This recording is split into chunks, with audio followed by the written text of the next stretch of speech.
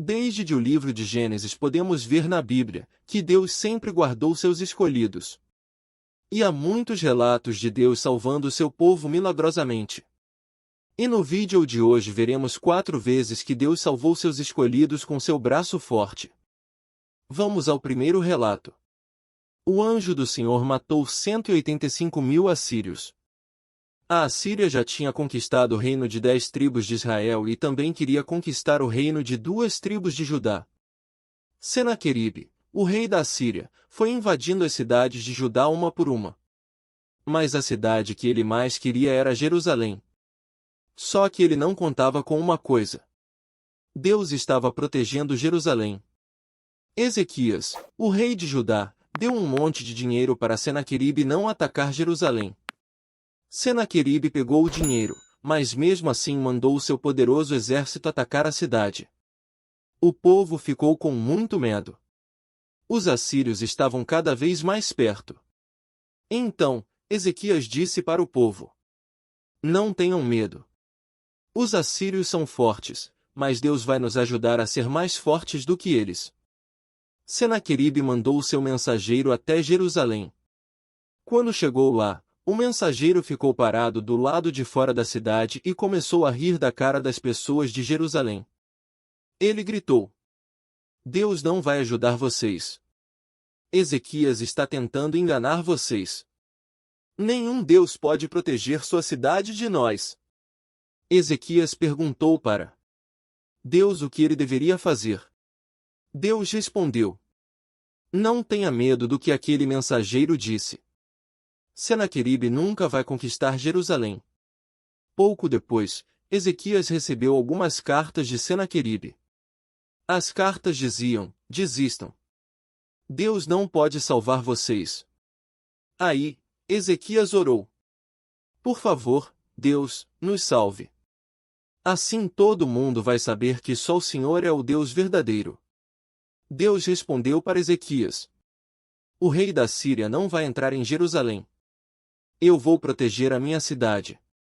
Então, o exército assírio veio e ficou ao redor de Jerusalém. Senaqueribe tinha certeza de que ia conseguir entrar na cidade. Mas quando anoiteceu, Deus mandou um anjo para o acampamento, e o anjo matou 185.000 soldados. Senaqueribe perdeu todos os seus soldados mais fortes. Tudo o que ele podia fazer era baixar a cabeça e voltar para casa. Jeová fez o que tinha prometido e protegeu Ezequias e Jerusalém. E vamos ao relato 2. Daniel na cova dos leões. É uma história bíblica encontrada no livro de Daniel, no Antigo Testamento. Aqui está o relato. No tempo em que o rei da Babilônia, Dário, governava, Daniel era um homem de grande estima em seu reino.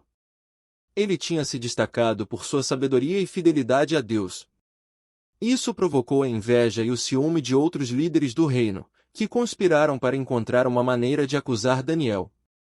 Esses homens corruptos convenceram o rei Dário a emitir um decreto que proibia estimular a qualquer deus ou homem, exceto ao próprio rei, por um período de 30 dias. No entanto, Daniel era um homem de profunda fé em Deus e continua a orar e adorar a Deus, ignorando o decreto do rei.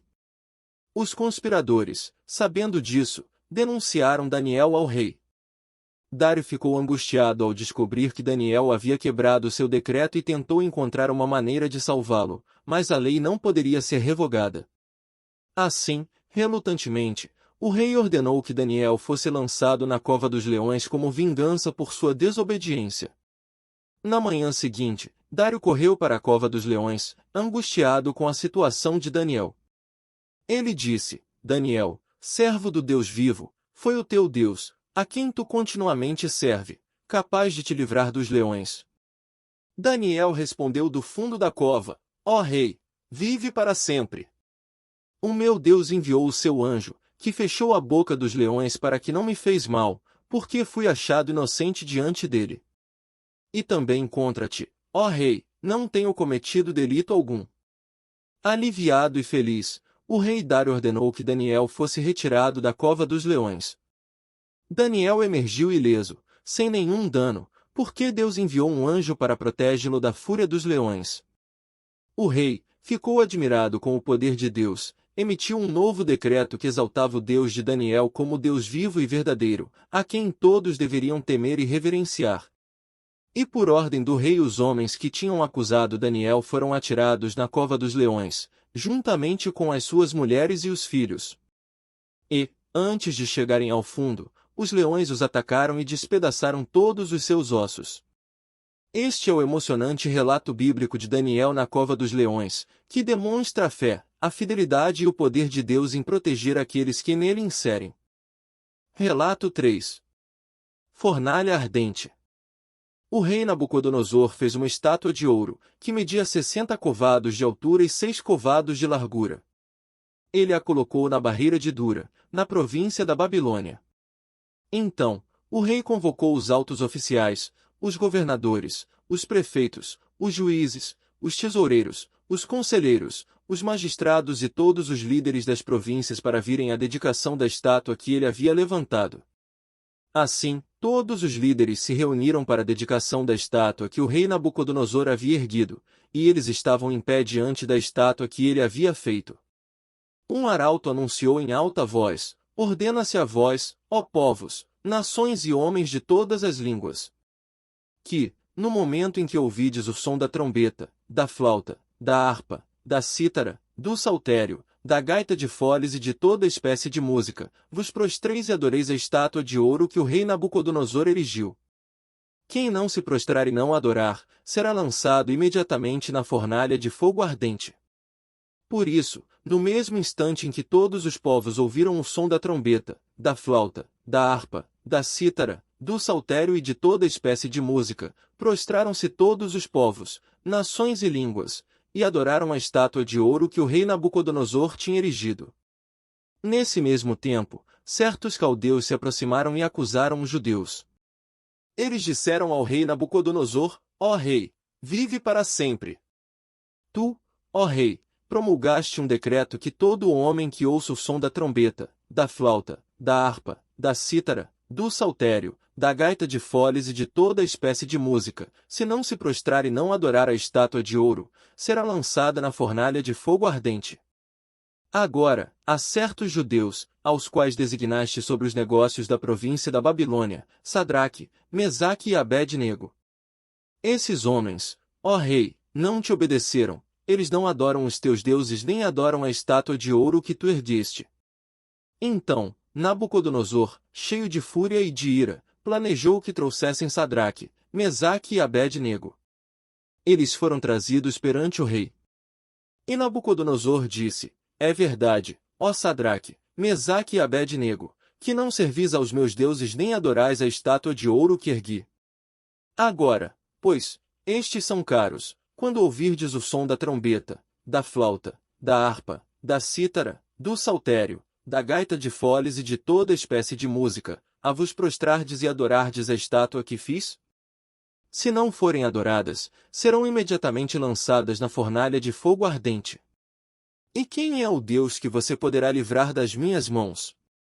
Sadraque, Mesaque e Abed-nego responderam ao rei Nabucodonosor: ó rei, não necessitamos de te responder sobre este assunto. Se for o caso, o nosso Deus, a quem servimos, é capaz de nos livrar da fornalha de fogo ardente, e ele nos livrará das tuas mãos, ó rei. Mas, se não, fica sabendo, ó rei, que não serviremos a teus deuses nem adoraremos a estátua de ouro que ergueste. Então, Nabucodonosor ficou cheio de fúria, e a expressão do seu rosto mudou contra Sadraque, Mesaque e Abed-nego. Ordenou que se acendesse a fornalha 7 vezes mais do que se costumava aquecê-la. E tentou aos homens mais fortes do seu exército que atacaram Sadraque, Mesaque e Abed-nego e os lançaram na fornalha de fogo ardente. Assim, esses homens foram atados com os seus mantos, as suas túnicas, os seus gorros e as suas outras vestes, e foram lançados na fornalha de fogo ardente. Porque a palavra do rei era urgente, e a fornalha estava sobremaneira acesa, a chama do fogo matou aqueles homens que haviam lançado Sadraque, Mesaque e Abed-nego. Estes 3 homens, Sadraque, Mesaque e Abed-nego, caíram, atados, no meio da fornalha de fogo ardente.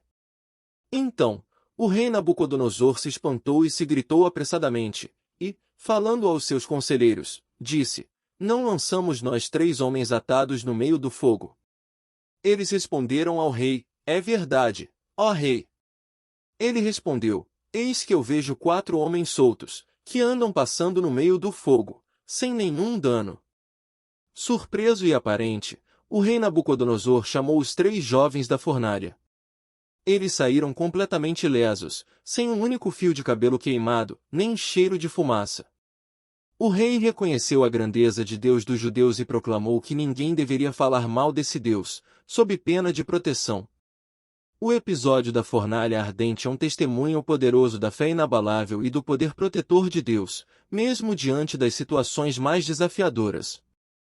Ele serve como um lembrete de que, quando permanecemos fiéis aos nossos princípios e crenças, mesmo diante da adversidade, podemos encontrar força e proteção divina. E o último relato, a abertura do Mar Vermelho. O relato da abertura do Mar Vermelho é uma passagem bíblica do livro de Êxodo, no Antigo Testamento.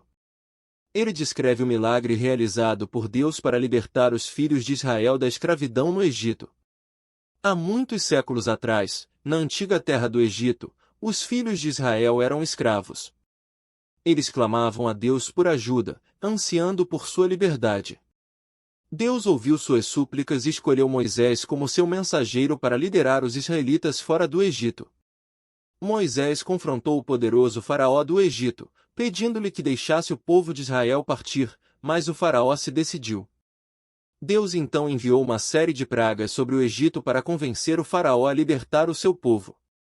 Finalmente, após a 10ª praga, na qual os primogênitos egípcios foram mortos. Só assim o faraó libertou os israelitas.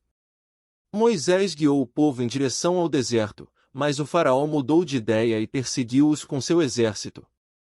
Os israelitas ficaram encurralados à beira do Mar Vermelho, com o exército se aproximando rapidamente. Parecia que não havia saída. Foi então que Deus realizou um milagre inacreditável. Moisés estendeu sua mão sobre as águas do Mar Vermelho, e o vento do Oriente soprou com força, dividindo as águas em 2.